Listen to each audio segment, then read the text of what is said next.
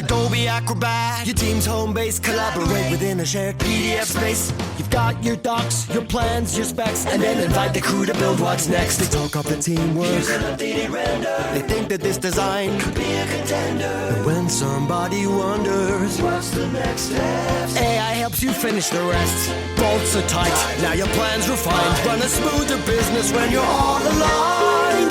Do that with Acrobat. Learn more at adobe.com/do that with Acrobat. If you're a QuickBooks customer looking to grow your business without the growing pains, you need the Intuit ERP.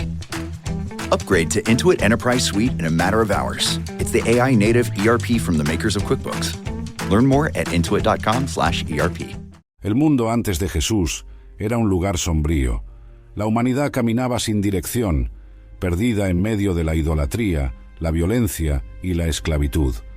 Hombres y mujeres buscaban respuestas en dioses falsos, sacrificios sangrientos y leyes despiadadas, pero nada traía una paz verdadera.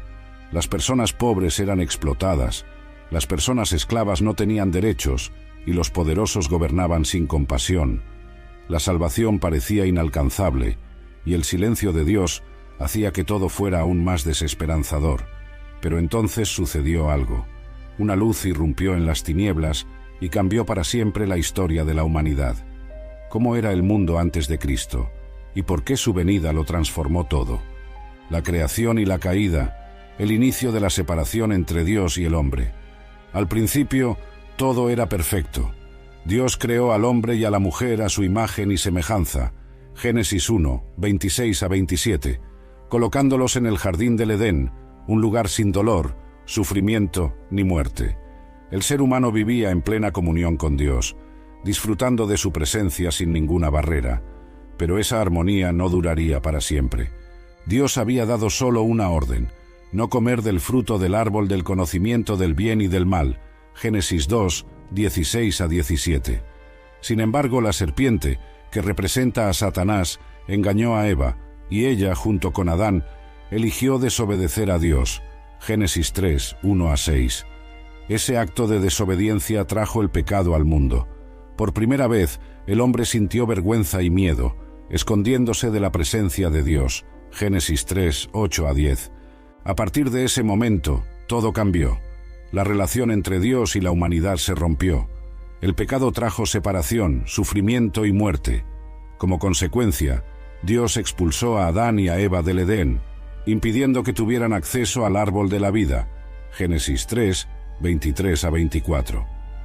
La humanidad ahora estaba alejada de Dios y sujeta a la muerte física y espiritual. Pero incluso en medio del juicio, Dios reveló un plan de redención. En Génesis 3:15, Él declaró que un descendiente de la mujer aplastaría la cabeza de la serpiente, derrotando al mal. Esta fue la primera profecía sobre el Mesías, apuntando a Jesús, quien vendría a restaurar la comunión perdida entre Dios y los hombres. La caída de Adán y Eva no afectó solo sus vidas, sino a toda la humanidad. A partir de ese momento, el pecado pasó a dominar el mundo, y la necesidad de un Salvador se hizo evidente. El Antiguo Testamento es la historia de esta búsqueda de la redención, preparando el camino para la venida de Cristo, la depravación de la humanidad y el diluvio. Después de la caída de Adán y Eva, el pecado se propagó rápidamente. La humanidad, que antes vivía en comunión con Dios, comenzó a alejarse más y más. La primera gran señal de la corrupción fue el asesinato de Abel por parte de su propio hermano, Caín. Génesis 4, 8. Este acto de violencia mostró cómo el corazón humano ya estaba inclinado hacia el mal. Con el paso de las generaciones, la maldad se multiplicó. La Biblia describe que la maldad del hombre era mucha en la tierra y que toda la imaginación de los pensamientos de su corazón era solo mal continuamente. Génesis 6, 5. La tierra estaba llena de violencia y corrupción, y Dios vio que la humanidad se había apartado por completo de él. Ante este panorama, Dios decidió traer un juicio sobre la tierra, un gran diluvio que destruiría toda la creación corrompida. Génesis 6, 7. Sin embargo, un hombre halló gracia a los ojos del Señor. Noé. Era un hombre justo e íntegro entre sus contemporáneos, y andaba con Dios. Génesis 6, 9. Dios instruyó a Noé a construir un arca para salvar a su familia y a una pareja de cada especie de animal. Génesis 6, 14 a 22. Durante muchos años, Noé predicó acerca del juicio venidero, pero nadie prestó atención. La humanidad estaba tan endurecida que rechazó la oportunidad de arrepentirse. Cuando llegó el diluvio, llovió durante 40 días y 40 noches, cubriendo toda la tierra y destruyendo todo lo que tenía aliento de vida. Génesis 7, 11 a 24. Solo Noé, su familia y los animales que estaban en el arca fueron preservados. Después de 150 días, las aguas comenzaron a disminuir y el arca finalmente reposó sobre el monte Ararat. Génesis 8, 1 a 4. Después del diluvio, Dios hizo una alianza con Noé y prometió que nunca más destruiría la tierra de esa forma. Como señal de esa alianza, Dios colocó el arco iris en el cielo, declarando que, a pesar de su justicia, Él también es un Dios de misericordia. Génesis 9, 12 a 17. El diluvio no fue solo un evento histórico, sino también un símbolo del juicio de Dios sobre el pecado y de la necesidad de redención. Noé y su arca representan la salvación ofrecida por Dios, así como Cristo es el arca verdadera que nos libra de la condenación. La corrupción del mundo antes del diluvio señala la necesidad de un Salvador que vendría a transformar los corazones y restaurar la humanidad. La Torre de Babel y la dispersión de los pueblos. Después del diluvio, Dios ordenó a los descendientes de Noé que se esparcieran por la tierra y la poblaran. Génesis 9, 1.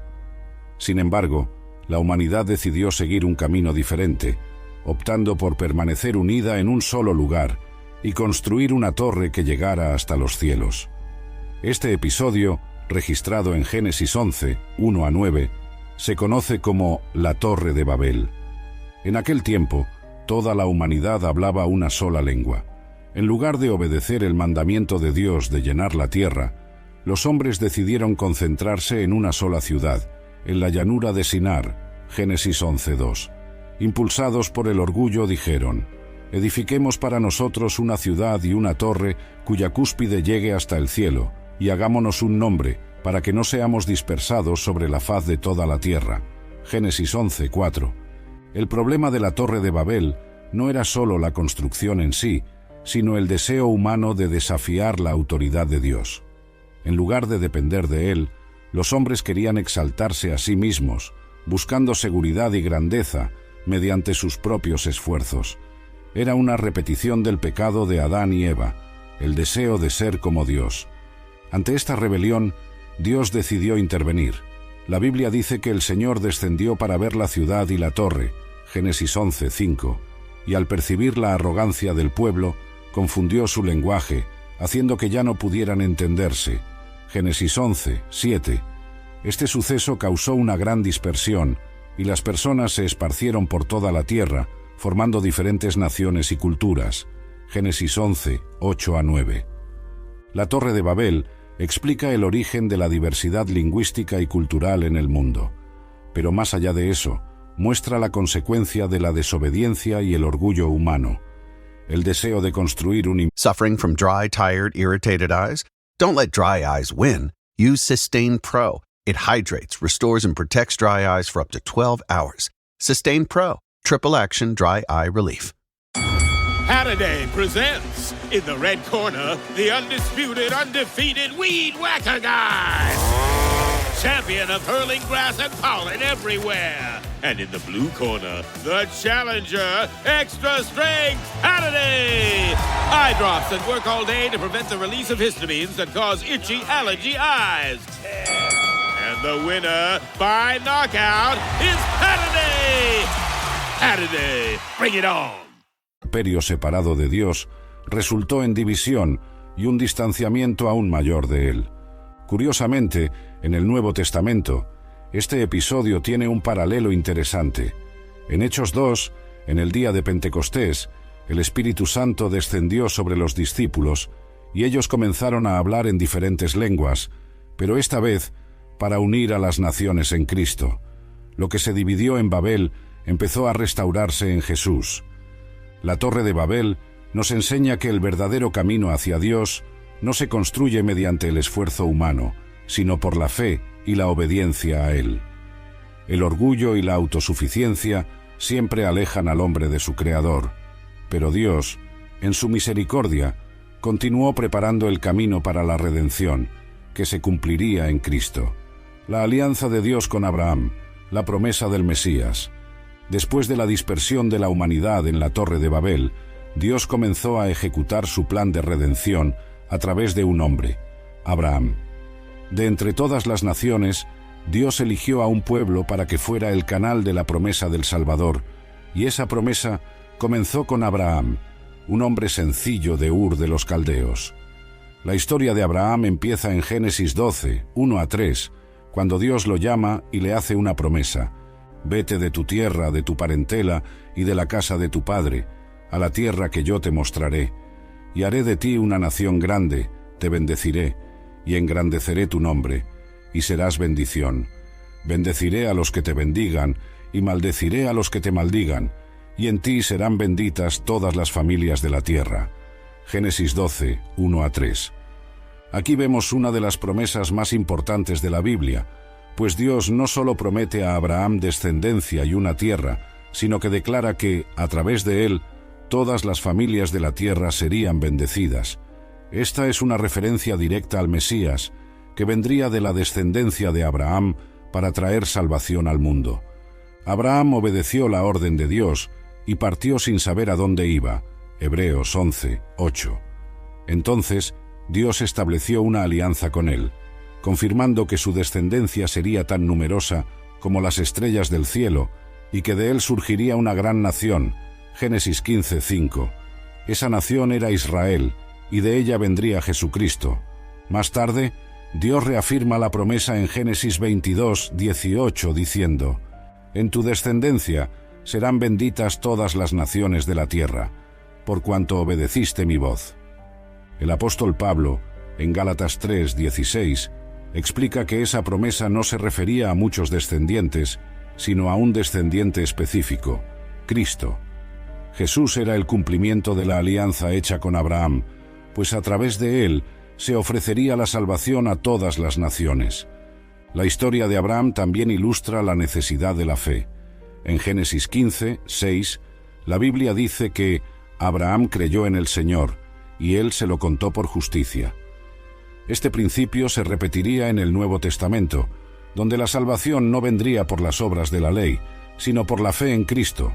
Romanos 4, 3-5. Abraham no vio el cumplimiento total de la promesa, pero su descendencia continuó llevando esa esperanza.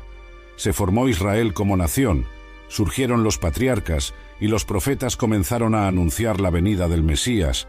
Todo se estaba preparando para que, en el momento oportuno, Jesús viniera a cumplir el plan de Dios. La alianza con Abraham fue un hito en la historia de la salvación.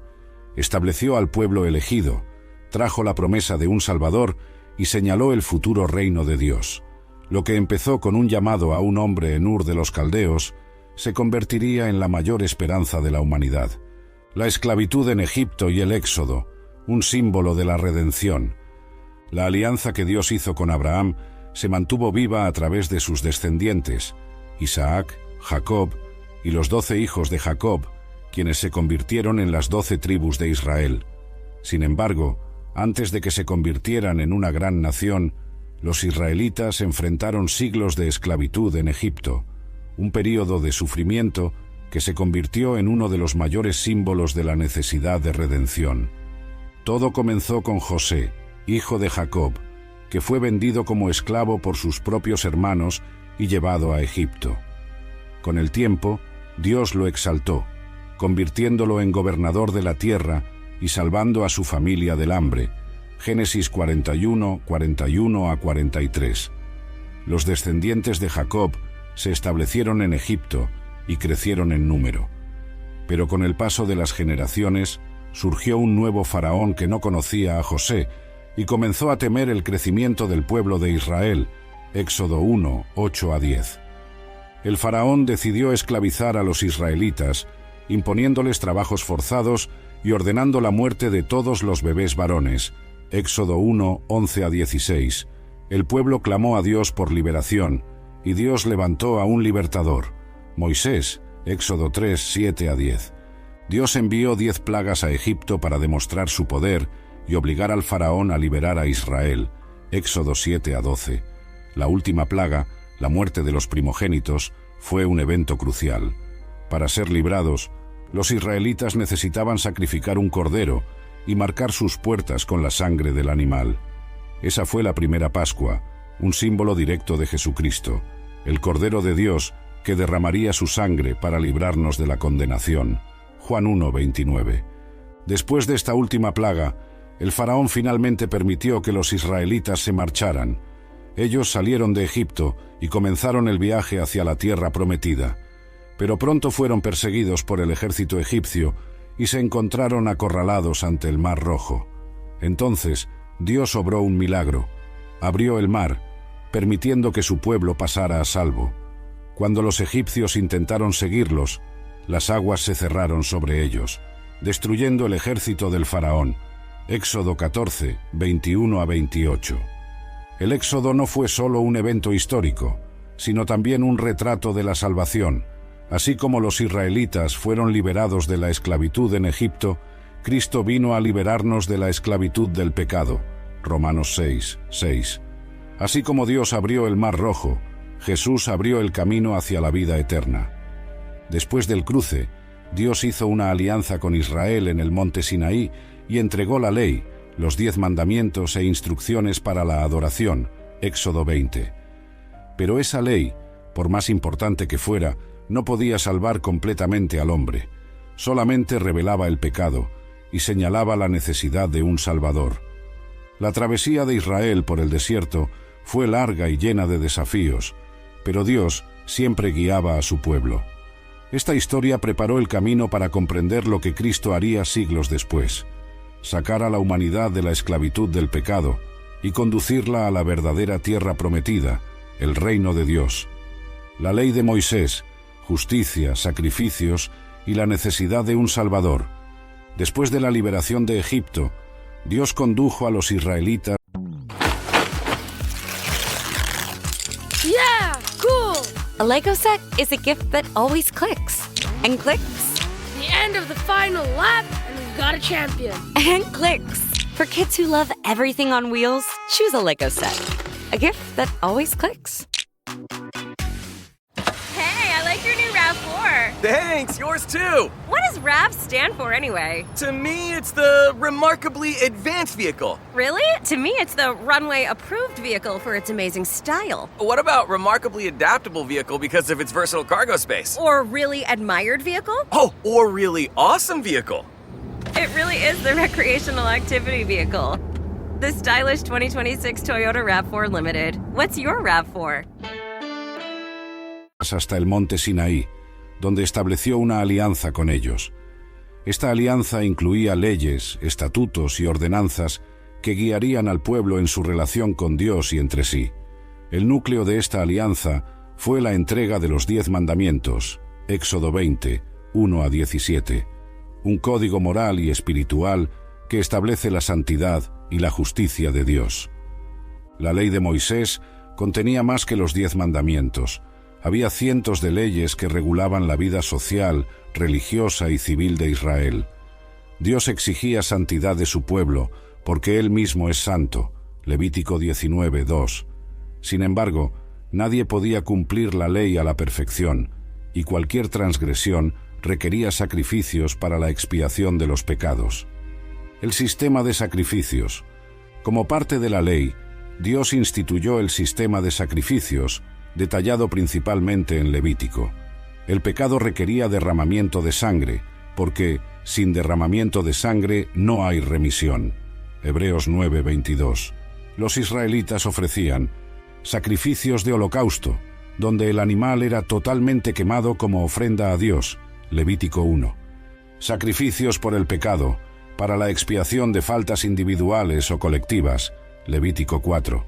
Sacrificios de paz, como señal de comunión con Dios, Levítico 3. Todos esos rituales eran repetitivos y nunca eliminaban por completo el pecado, solo lo cubrían temporalmente. El sistema apuntaba a la necesidad de un sacrificio definitivo que pusiera fin a esa repetición. El día de la expiación, un símbolo de Cristo. El evento más importante de la ley era el día de la expiación, Levítico 16, cuando el sumo sacerdote ofrecía un sacrificio especial por los pecados de toda la nación. En ese ritual había 2 machos cabríos. Primero, uno era sacrificado, representando el castigo por el pecado. Segundo, el otro era el cabrío expiatorio, que recibía simbólicamente los pecados del pueblo y era enviado al desierto, llevando la culpa lejos. Ese ritual era una figura profética de Cristo, que no solo sufrió por nuestros pecados, sino que también los cargó sobre sí, Isaías 53, 5-6. La debilidad de la ley y la promesa de un nuevo pacto. Aunque la ley era justa y revelaba el carácter de Dios, también ponía de manifiesto la debilidad humana. El pueblo fallaba continuamente en obedecer, y los sacrificios nunca eran suficientes para resolver definitivamente el problema del pecado. Por eso, Dios prometió un nuevo pacto, diferente. He aquí que vienen días, dice el Señor, en que haré un nuevo pacto con la casa de Israel y con la casa de Judá. Pondré mi ley en su interior, y la escribiré en su corazón, y yo seré su Dios, y ellos serán mi pueblo. Jeremías 31, 31-33. Este nuevo pacto se cumpliría en Jesús, quien vino a ofrecer un único sacrificio perfecto y a escribir la ley en el corazón de quienes creen en él. La ley de Moisés mostró al pueblo la gravedad del pecado y la necesidad de un redentor. Ningún esfuerzo humano podía garantizar la salvación. Se necesitaba un Salvador que cumpliera toda la ley y ofreciera un sacrificio perfecto. Y eso fue exactamente lo que hizo Jesús, los jueces y la constante rebeldía de Israel. Después de recibir la ley en el monte Sinaí, los israelitas pasaron 40 años en el desierto, aprendiendo a depender de Dios antes de finalmente entrar a la tierra prometida. Moisés murió antes de llegar a la tierra, y Josué lideró al pueblo en la conquista de Canaán, Josué 1, 1-6. Con la tierra dividida entre las tribus, se esperaba que Israel fuera fiel a Dios y obedeciera la ley. Pero ocurrió lo contrario. El ciclo de pecado y restauración, el período de los jueces, aproximadamente 1375 a 1050 a.C., fue una época de inestabilidad espiritual. Israel se alejaba con frecuencia de Dios, cayendo en idolatría y desobediencia. Cuando esto sucedía, Dios permitía que naciones extranjeras los oprimieran. Solo entonces el pueblo clamaba por ayuda, y Dios levantaba a un juez para liberarlos. Este ciclo se repetía muchas veces. El pueblo pecaba, adorando dioses paganos y rompiendo la alianza con Dios. Dios permitía que los enemigos los dominaran, trayendo sufrimiento y opresión. El pueblo se arrepentía y clamaba por liberación. Dios levantaba a un juez, que guiaba a Israel a la victoria y restauraba la paz. Esta historia se narra en el libro de Jueces, donde vemos líderes como Débora, Gedeón y Sansón, usados por Dios para traer liberación. Pero incluso después de cada liberación, el pueblo volvía a pecar. El problema era claro. La humanidad necesitaba algo más que liberación física. Necesitaba un corazón transformado. La consecuencia de la rebeldía, cada uno hacía lo que bien le parecía. El versículo que resume este período es: en aquellos días no había rey en Israel, cada uno hacía lo que bien le parecía. Jueces 21-25. Sin un liderazgo fuerte y sin una verdadera transformación espiritual, el pueblo vivía en constante desorden moral y religioso. Esto demuestra que ni siquiera la ley de Moisés fue suficiente para cambiar el corazón humano. El pecado seguía dominando, y la necesidad de un rey justo y definitivo se hacía cada vez más evidente. Este período apuntaba a un futuro gobernante que traería no solo liberación política, sino también redención eterna. Los profetas ya comenzaban a anunciar que vendría un rey justo para establecer un reino eterno, y ese rey sería Jesús. El período de los jueces muestra la fragilidad de la humanidad y la fidelidad de Dios. Aún con tanta rebeldía, Dios nunca abandonó a su pueblo y siempre respondía con misericordia al arrepentimiento. Ese mismo Dios, más tarde, enviaría al Mesías, el libertador definitivo, que rompería para siempre este ciclo de pecado. Los reyes de Israel y las profecías sobre el Mesías. Tras el período de los jueces, el pueblo de Israel comenzó a desear un rey humano que los gobernara, como sucedía con las naciones vecinas. Hasta entonces, Dios era el verdadero rey de Israel, pero los israelitas rechazaron ese gobierno divino y pidieron un rey terrenal, Saúl, el primer rey falible de Israel. Dios permitió que Israel tuviera un rey y eligió a Saúl para gobernarlos. 1 de Samuel 9, 15 a 17. Al principio, Saúl parecía un buen líder, pero pronto se mostró desobediente y orgulloso. No seguía las instrucciones de Dios y prefería actuar según su propia voluntad. Por eso, Dios rechazó a Saúl y eligió a otro rey para sustituirlo. 1 de Samuel 15, 22 a 23. David, el rey conforme al corazón de Dios. Dios entonces eligió a David, un joven pastor de Belén, para ser el siguiente rey de Israel. Instagram teen accounts have automatic protections for what teens see and who can contact them, plus time management tools. And Instagram will continue adding built-in safety features to help create age-appropriate experiences. Learn more about teen accounts and Instagram's ongoing work to protect teens online at instagram.com/teenaccounts. Samuel 16, 1 a 13. A diferencia de Saúl, David tenía un corazón inclinado hacia Dios. No era perfecto y cometió pecados graves, pero siempre se arrepentía sinceramente y buscaba a Dios. David fue uno de los reyes más importantes en la historia de Israel. Amplió el reino, estableció Jerusalén como la capital y llevó el arca de la alianza a la ciudad, convirtiéndola en el centro de la adoración a Dios. Pero sobre todo, David recibió una promesa que cambiaría la historia de la humanidad. La promesa del Mesías, un rey eterno. Dios hizo una alianza con David, conocida como la Alianza Davídica, en la que prometió que, de su descendencia, saldría un rey cuyo reino nunca tendría fin. Cuando tus días se cumplan y duermas con tus padres, yo levantaré después de ti a uno de tu linaje, que saldrá de tus entrañas, y afirmaré su reino. Él edificará casa a mi nombre, y yo afirmaré para siempre el trono de su reino. 2 de Samuel 7, 12 a 13. Esta promesa no se refería solo a Salomón, el hijo de David, sino al Mesías, que reinaría eternamente. Los profetas confirmaron esta profecía. Isaías 9, 6 a 7. Porque un niño nos es nacido, hijo nos es dado, y el principado sobre su hombro. Y se llamará su nombre Admirable Consejero, Dios fuerte, Padre eterno, Príncipe de paz. Lo dilatado de su imperio y la paz no tendrán límite, sobre el trono de David y sobre su reino. Miqueas 5, 2.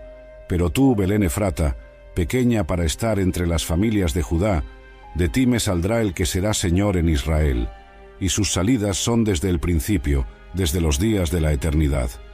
Estas profecías señalaban a Jesucristo, el descendiente de David, que establecería un reino eterno, no terrenal, sino espiritual. El declive de los reyes y la necesidad de un Salvador. Después de David, su hijo Salomón gobernó Israel con sabiduría y riqueza, pero en su vejez se apartó de Dios, permitiendo la idolatría en el reino. 1 de Reyes 11, 4 a 6. Tras su reinado, el reino se dividió en dos, Israel al norte y Judá al sur. La mayoría de los siguientes reyes fueron corruptos e idólatras. Debido a la desobediencia, Dios permitió que Israel y Judá fueran conquistados y llevados al exilio. El reino de Israel fue destruido por los asirios, 2 de Reyes 17, 6 a 23, y Judá fue llevado cautivo a Babilonia, 2 de Reyes 25, 1 a 12. Durante este tiempo de sufrimiento y exilio, los profetas siguieron anunciando la esperanza de un rey justo y eterno que vendría para restaurar al pueblo y establecer el verdadero reino de Dios. Jesús, el Rey prometido. Siglos después, Jesús nació en Belén, de la descendencia de David, cumpliendo todas las profecías acerca del Mesías. Él vino a establecer un reino que no era de este mundo, sino un reino eterno basado en la justicia y la salvación. Juan 18, 36. El período de los reyes de Israel mostró que ningún gobierno humano podía traer una salvación completa. Incluso los mejores reyes fracasaron y el pueblo continuó pecando. Solo Jesús, el Rey de Reyes, podía traer una redención verdadera y eterna, el exilio y la esperanza del Salvador. La historia de Israel está marcada por altibajos. Dios escogió al pueblo, hizo alianzas, envió jueces y reyes, pero una y otra vez la nación se apartó de él para seguir sus propios caminos. Esta rebeldía trajo consecuencias severas. El exilio. Tras la muerte de Salomón, el reino de Israel se dividió en dos. Reino del Norte, Israel, compuesto por 10 tribus, con Samaria como capital.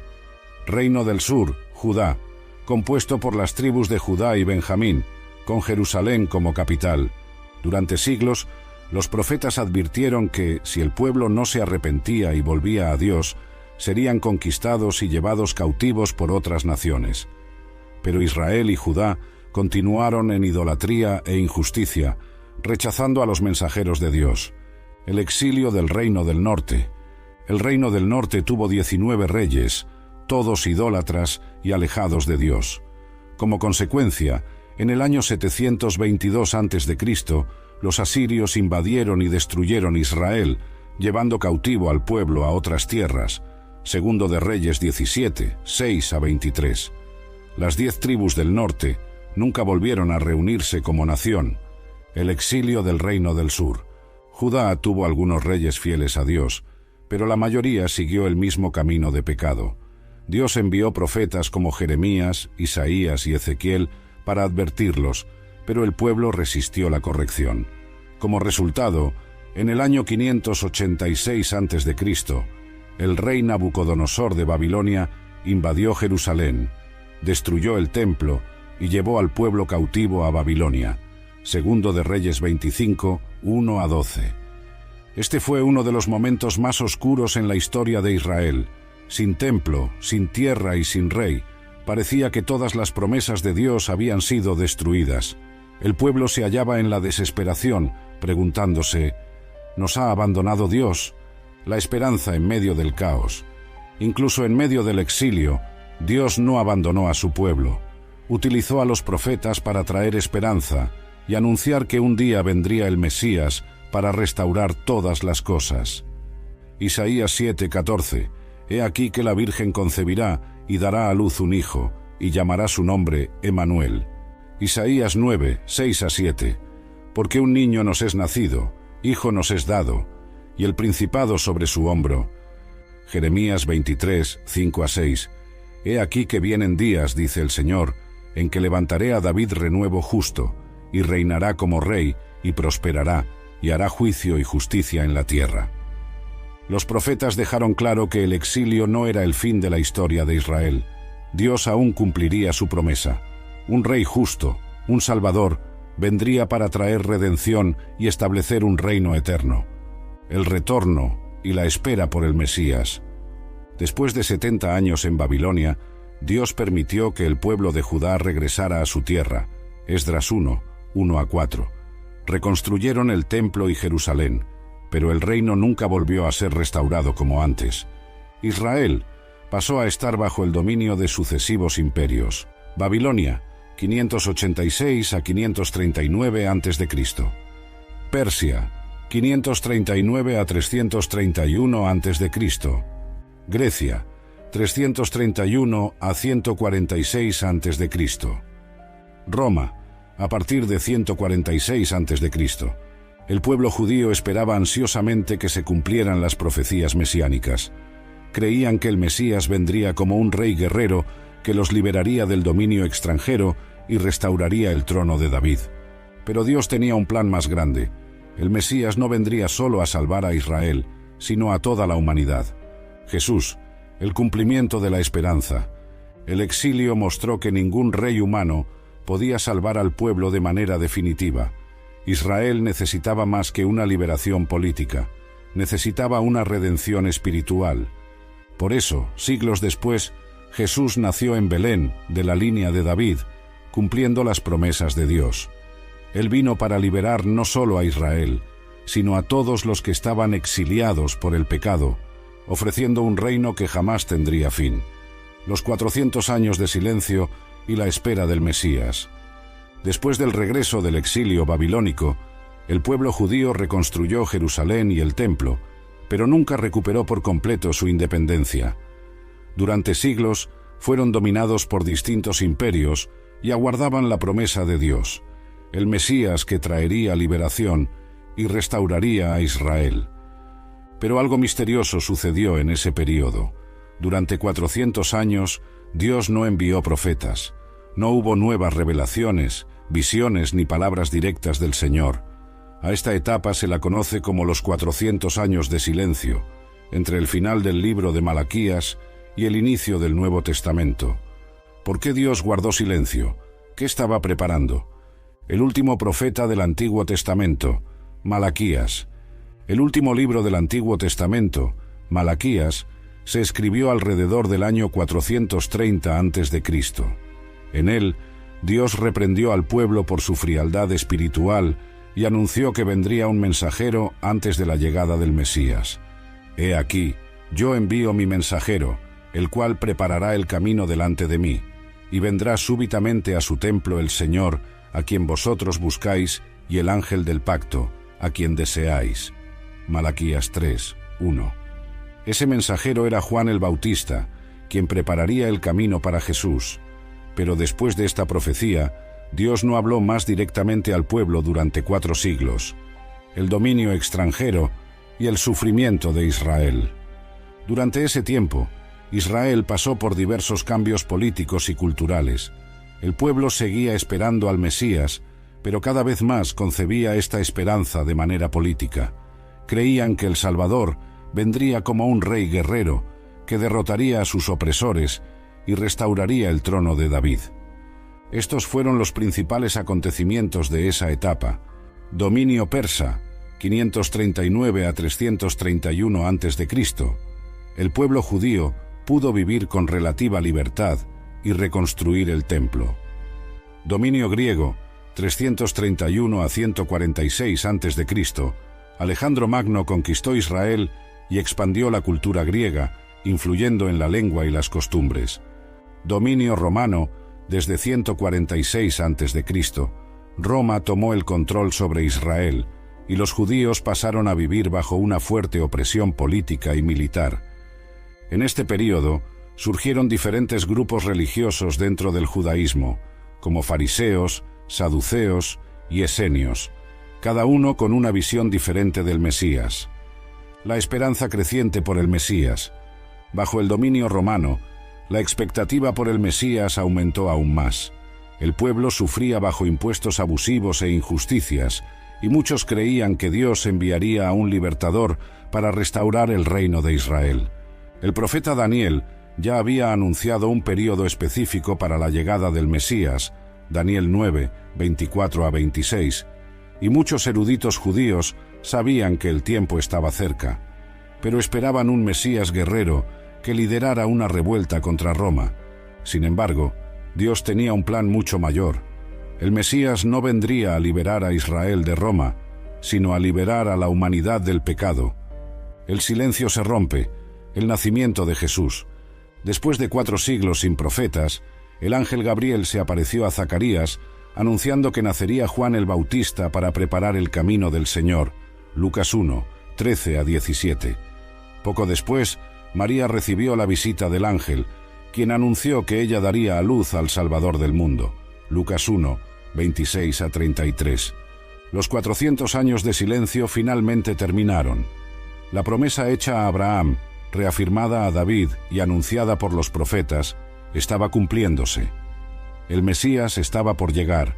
Jesús nació en Belén, tal como lo profetizaba Miqueas 5, 2, y vino no para conquistar un imperio terrenal, sino para establecer un reino eterno, donde el pecado y la muerte serían derrotados para siempre.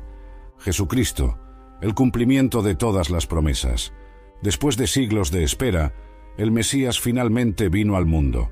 Jesús no nació en un palacio, como muchos esperaban, sino en un simple pesebre, demostrando que su reino no sería como los reinos humanos. Desde su nacimiento, cumplió todas las profecías sobre el Salvador. Nació en Belén, como anunciaba Miqueas 5:2. Era de la descendencia de David, conforme a 2 de Samuel 7:12-13. Fue anunciado por Juan el Bautista, cumpliendo Malaquías 3:1. Enseñó con autoridad y realizó milagros, como describía Isaías 35:5-6. Fue rechazado y padeció por los pecados del mundo, cumpliendo Isaías 53. Jesús no vino para derrotar a Roma, sino para derrotar el pecado, la muerte y el poder de Satanás. Él trajo una nueva alianza, en la que la salvación ya no dependía de la ley ni de sacrificios, sino de la fe en Él. La cruz y la redención definitiva. El punto culminante de la misión de Jesús fue su muerte en la cruz y su resurrección al tercer día. Él fue el verdadero Cordero de Dios, que quita el pecado del mundo, Juan 1:29, ofreciendo un solo sacrificio perfecto, algo que el sistema del Antiguo Testamento nunca pudo lograr. Cuando murió, el velo del templo se rasgó, Mateo 27:51, simbolizando que ahora todos tenían acceso directo a Dios, sin necesidad de sacerdotes ni sacrificios. Con su resurrección, venció a la muerte, demostrando que era el Hijo de Dios y abriendo el camino a la vida eterna, el reino que nunca tendrá fin. Antes de ascender al cielo, Jesús dio a los discípulos la gran comisión: difundir el mensaje del Evangelio a todas las naciones, Mateo 28:19-20.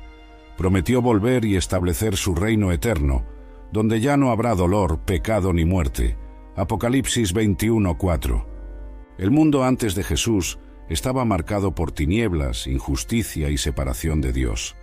Con él llegó la luz, la esperanza y la verdadera salvación. Ahora la pregunta es, ¿qué harás tú con esta verdad? Si este mensaje habló a tu corazón, dale me gusta a este video, compártelo y sigue buscando conocer más sobre Jesús, porque Él es el cumplimiento de toda la historia de la humanidad.